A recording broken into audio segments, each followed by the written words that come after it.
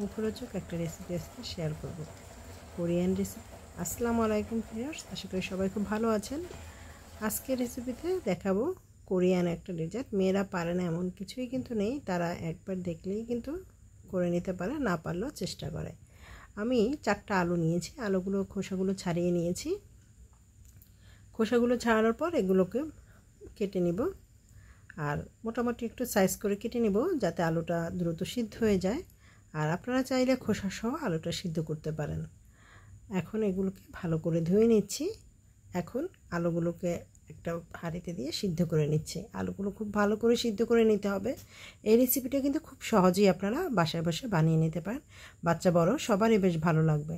আর Korean recipe যেহেতু কম মশলা এটা তৈরি করা হয়েছে, আর একটা চালনিতে নিয়ে আলুগুলোকে এভাবে আমি চেলে নিচ্ছি, তাতে করে আলুটা ফিনিশিংটা ভালো হবে, কোনো দলা থাকবে না। এই জন্য এভাবে চালনি দিয়ে নিয়েছি। আর এখানে কর্নফ্লাওয়ার বা ময়দা বা আটা যে কোনো কিছু দিতে পারেন। আমি 1 কাপ কর্নফ্লাওয়ার দিয়েছি, সামান্য লবণ দিয়ে এটাকে ভালো করে মাখিয়ে নিচ্ছি।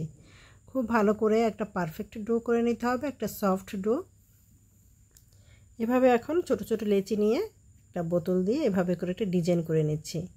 আর এটা দেখতে কিন্তু খুবই সুন্দর, আর খেতেও এটা অনেক মজার। এভাবে করে আমি সবগুলো বানিয়ে নিয়েছি। এখন একটা হাঁড়িতে চুলায় পানি দিয়ে দিয়েছিলাম বসিয়ে, সেটা পানিটা গরম হয়ে গেলে এগুলোকে একে একে দিয়ে দিয়েছি সবগুলো।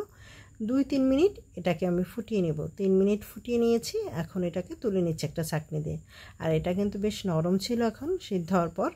আর এখন এটাকে এক সাইড করে রেখে আর একটা হাঁড়িতে আমি কিছুটা পরিমাণ সয়াবিন তেল, কাঁচামরিচ 4-5টা কুচি করে দিয়েছি, আর চিলি ফ্লেক্স শুকনো মরিচ তেলে গুঁড়ো করে নিয়েছি 1 টেবিল চামচ পরিমাণ দিয়েছি। ঝালটা আপনাদের পছন্দ অনুযায়ী দিয়ে নেবেন।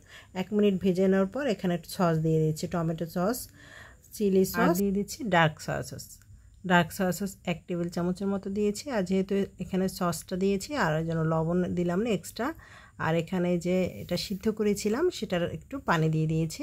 আর এখন কিছুটা নাড়াচাড়া দেওয়ার পর এখানে এগুলোকে আলুগুলোকে দিয়ে দিয়েছি সিদ্ধ করে রাখা।